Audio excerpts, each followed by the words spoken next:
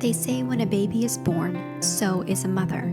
But while you are there to help your baby grow into the person he or she is meant to be, who is there to help you? Many women feel lost and alone when they become mothers, wondering, who am I now?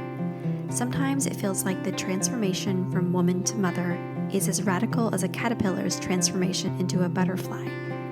Did you know that inside the chrysalis, the caterpillar literally turns into goop before it rearranges itself into a butterfly?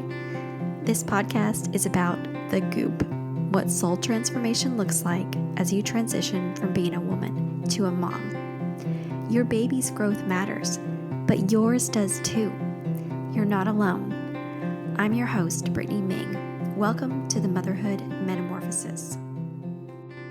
Hi everyone, welcome to this solo episode of the Motherhood Metamorphosis. I'm your host, Brittany Meng, and today it's just me.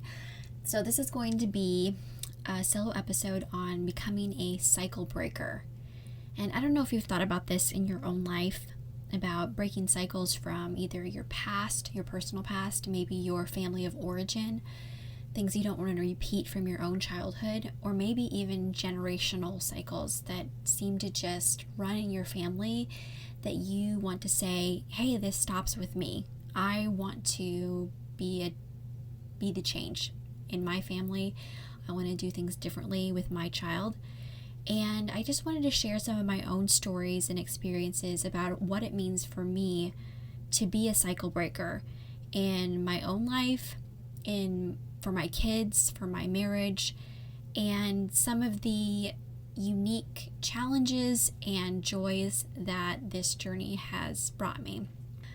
First, I've realized that being a cycle breaker is about my own inner work and not just providing a different path for my kids.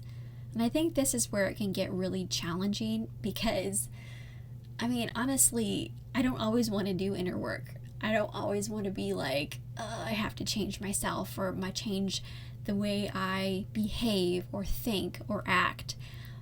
But ultimately, I can't pass along change to my kids that I haven't bought into. And I really want them to follow my example and not just my advice. So that's been really important for me to think about and consider when I think about how I want to parent differently. For me, cycle breaking is about changing patterns of fear, shame, deprivation, dysfunction, and trauma. And maybe for you, you can think of some other words that come to mind about things you want to change when you think about breaking cycles. But for me, I want to provide paths of healing, wholeness, delight, health, and love for myself and for my family. Sometimes we break cycles from our own childhoods or generational cycles of dysfunction. Sometimes we break cycles that we've created in our own families too, that are not working for us or that are causing harm. Sometimes you know what cycles you want to break before you even become a parent. And if you do, that's awesome. You can read or work or go to counseling and heal before you ever have your first child. That wasn't the case for me. I became a mom really young. Sometimes I hear those stats about how your brain isn't even fully formed until you're 25. And I think, oh my gosh, my brain wasn't even fully formed when I became a mother. I got pregnant when I was 22. I had been married for 8 months and I had my first 2 children at age 23. So I was really trying to figure out what it meant to be an adult. And I had some ideas about how I wanted to parent differently, but I didn't even fully realize the cycles that I wanted to break going into my motherhood journey. And I think that's normal. I think things come up the longer you parent and the more you are able to reflect on your own childhood, or the more you're able to reflect on the way your family of origin is. And you think, oh wow, that isn't working so well for my parents or my aunts and uncles, or the way my grandparents did this. I want to do things differently. So I think that sometimes you don't even know what wounds you want to heal until your kids hit certain ages and stages. And those ages and stages can remind you of what you were going through when you were 8 or 12 or 16 or whatever. I want to point out that for me, realizing that cycle breaking motivation needs to be about healing and wholeness and connectedness for you and your kids, and not spite or revenge or sticking it to your parents. And I think keeping this motivation in mind for me has helped me to pursue the right things. Because, I mean, let's face it, like revenge and showing them and sticking it to whoever it is can be pretty powerful motivation for doing things differently. But ultimately, those motivations spill out, and it's not going to be something that you're proud of as far as your own character and what you're instilling into your children. So for me, keeping in mind, like, I want connectedness, I want wholeness, I want healing for myself is what I try to keep in mind when I think about cycle breaking. I have a few truths I want to share, and then some how-tos for how I've gone about this in my own life. So here's some truths though, and some stories to go along with those as far as what it means to be a cycle breaker. Truth number 1, when you choose a different path to walk, you heal your inner child. However, this healing can be messy and really painful at times, so just be aware. Choosing a different path to walk. Here's a story that goes along with that. Growing up, my parents didn't talk about names of body parts. Like for private parts, they didn't talk about it at all. I remember being about 5 years old and my baby brother had just been born. I was in the middle of 5 kids. I had 2 older sisters and a younger sister, and my brother had just been born. So there were 4 girls, and here's this little baby coming along who's a boy, and we were all just amazed that, he had a little penis. And so we talked about it a lot because he was so different. And I remember being in the bathtub at 5 years old, and I asked my mom, I said, "Mom, I know a boy's bottom is called a penis, but what's a girl's bottom called?" And she was really kind of embarrassed, and she said it was called a vagina, and I got from her reluctance to talk about it that this was something very embarrassing and shouldn't be talked about, and I did not ever ask her about names for body parts again. So with my own daughter, I have shared about her body and what things are called from when she's been a very little girl. She's only 3 years old now, but I have talked to her about that she has a vagina and that she has a vulva and she has a butt and she has all these beautiful body parts like a tummy and arms and fingers, and we talk about it when she takes a bath, and we talk about it sometimes if she needs diaper cream. She gets sore skin downstairs sometimes, so she says, "Mom, I need cream," and she'll say on my vulva, and I just love that has been part of her growing up. There was one day she actually came to me and she said, "Mommy, there's a little hole in there." And I was like, "There is?" And she's like, "Yes." And she was so excited that she had explored her body and she knew there was a little hole in there. And so I talked about how her body was wonderful and beautiful, and also about germs and how we shouldn't really stick our fingers in certain body parts without having clean hands, but that her body was amazing and it was wonderful to be a girl. And so I think having those conversations, I know that I'm breaking a cycle about what it means to feel joy in the female body instead of shame, in having openness and asking questions and sharing explorations and discoveries with a parent. And I realized that that's a cycle that I want to break for my daughter. I also realized that when my daughter told me, "There's a little hole in there," I did not know that there was actually the hole that was the vagina and the hole that was for pee until I was 17 years old, and I read the back of the tampon box and realized that I could actually pee and wear a tampon at the same time. And I had to really reconcile the fact that I was very ignorant. I should have been educated in this way. And so that's what I mean, that you both can heal your inner child. I had greater understanding of my own upbringing. I had greater acceptance to say, like, okay, things should have been different. I eventually learned, but things should have been different. But it's also kind of painful and messy to say, wow, nobody did tell me about my body. Nobody did share with me the joy of being female and the wonder of the female body in a way that felt safe. And so I had to work through that. I had to think about it. I talked to some friends about it. So that's what I mean when I say that it can be painful and messy. Another story about this that it was actually a little more painful that I had to reconcile was surrounding the issue of mental health. When I was 11 years old, I started having some severe anxiety due to a childhood trauma.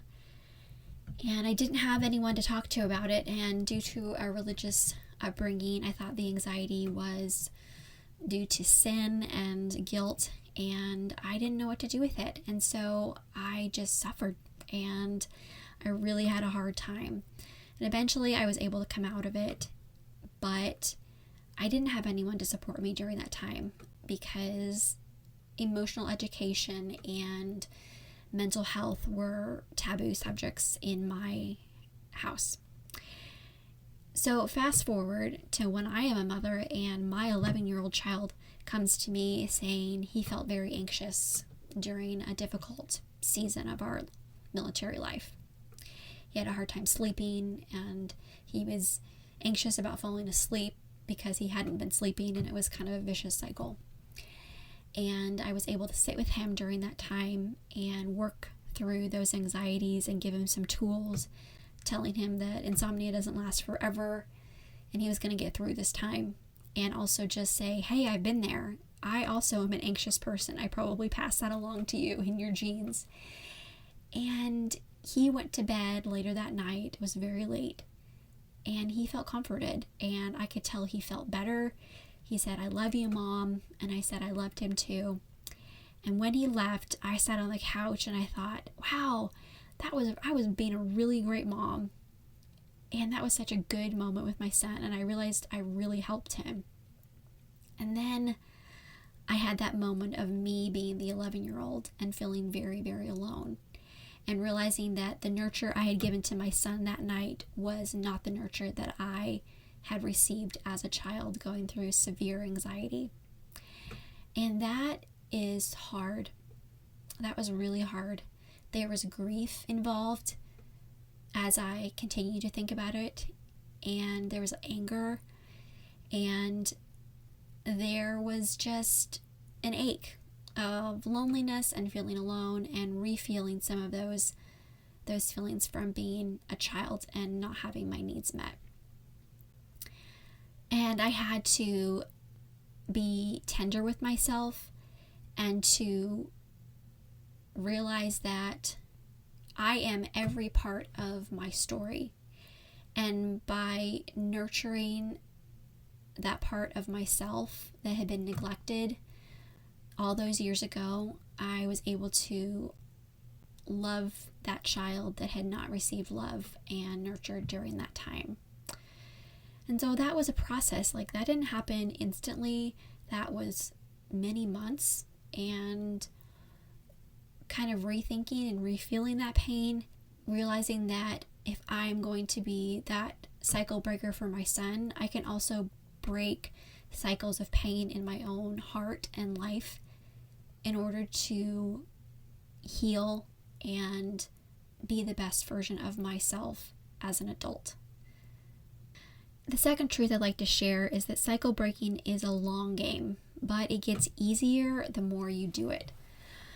When I had kids, I knew I wanted to make emotional intelligence a priority. This is something that I knew I wanted to do when I became a mom, even in my early 20s, because I hadn't received that myself as a kid. So I really had to learn, what does it mean to teach my kids about their emotions? What emotions am I not in touch with in my own life? So I read a lot of books, I read a lot of articles online, and it did get easier. So when they were little, I tried to narrate their emotions to them. You seem like you're really upset right now. You seem like you're angry. Are you feeling nervous? And really tried to narrate that for them. Now, when they were 4 years old, did they come up to me and say, Mommy, I feel like I'm very nervous right now going to new preschool? No, they didn't. This was something that took many, many years, especially since my oldest two children are autistic and ADHD, and that can make emotional development delayed and difficult at times. But I have seen that as I have worked year after year after year with them, but when we have had emotionally driven conversations about growing up and puberty and the really hard stuff that comes with middle school, they have been able to express how they feel and really complex emotions to me and their dad. And I know that it's because I have worked so hard with them year after year after year to build that. So it's about the long game. It's about putting in the work and standing in your values. I think another thing that I didn't realize when I thought, I'm going to be this person who promotes emotional intelligence so my kids can talk to me about anything, was that the flip side is that our kids feel free to express whatever they're feeling, which can be infuriating and hurtful at times. We've made open communication a priority in our family, and so sometimes they say things that are hurtful, like, you're a crap mom, and I hate you, and just things that bite, or talking back a lot, or arguing, or things that I think I never would have done with my parents ever. But I'm parenting very differently from how I was parented, and so I realized that that comes with different consequences, both good and bad. So working through the hurtful emotions also, and having that open communication, is just part of the deal. And sometimes the outbursts can be really intense, but we stay the course. And I don't think we've ever had a really big teenage meltdown, or 10-year-old meltdown or 7-year-old meltdown, where we haven't been able to come to resolution. Sometimes it takes hours, but we are committed to getting there. So I believe that the work we're doing with them in emotional intelligence is worth it, but it can you're like in the weeds, and it's tough. So that's something that I don't think I realized when I went into this journey, that you're taking the good and a lot of the hard with you. The third truth is being a cycle breaker is an act of bravery and vulnerability, and allows you to show up as yourself with your kids. So this is scary, but it's also worth it. And I think I'm still working on this. I'm working on saying, I'm not just a role.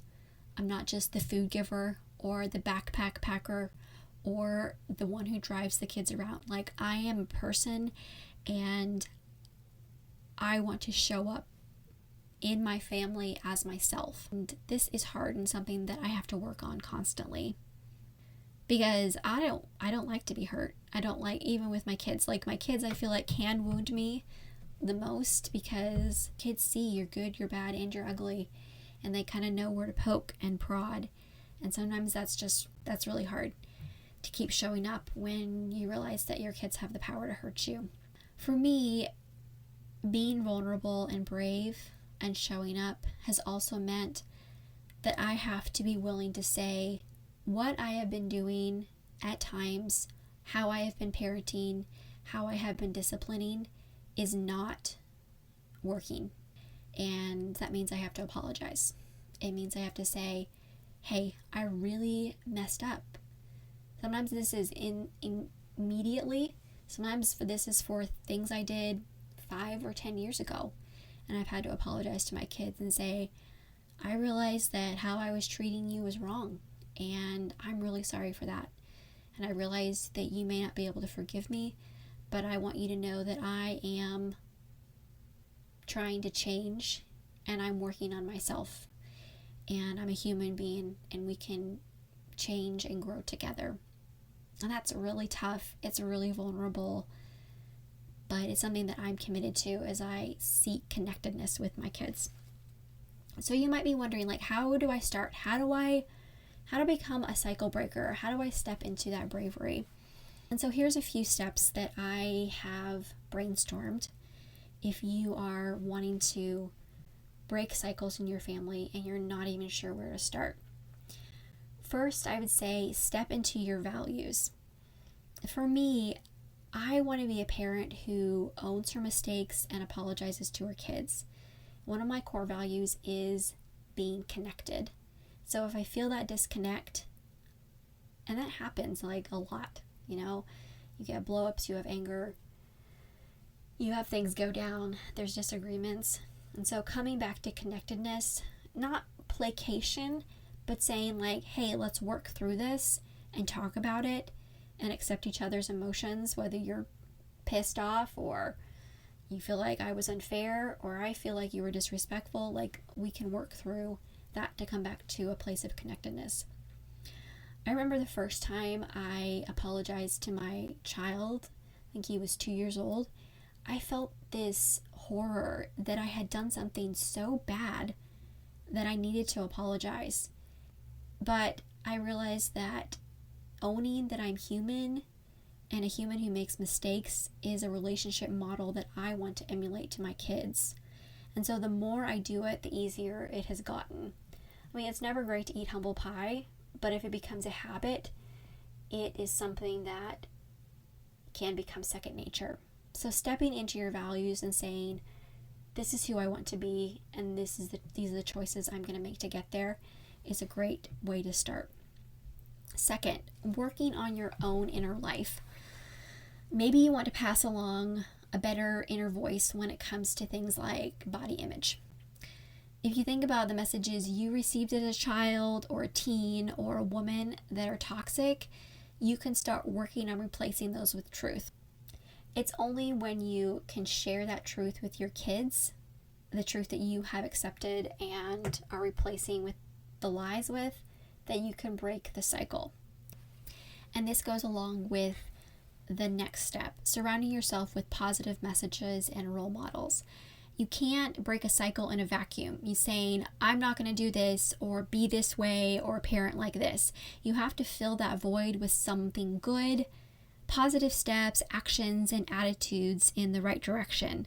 So reading books or listening to podcasts on a certain topic that you're passionate about, following Instagram accounts of people who are doing this work already, and finding mentors that can help create new and healthy paths for your family is a way to replace the negative with something positive. So you can't parent from this place of saying, I'm just not going to do that. You have to say, what am I going to fill this negative space with that is a step in the right direction?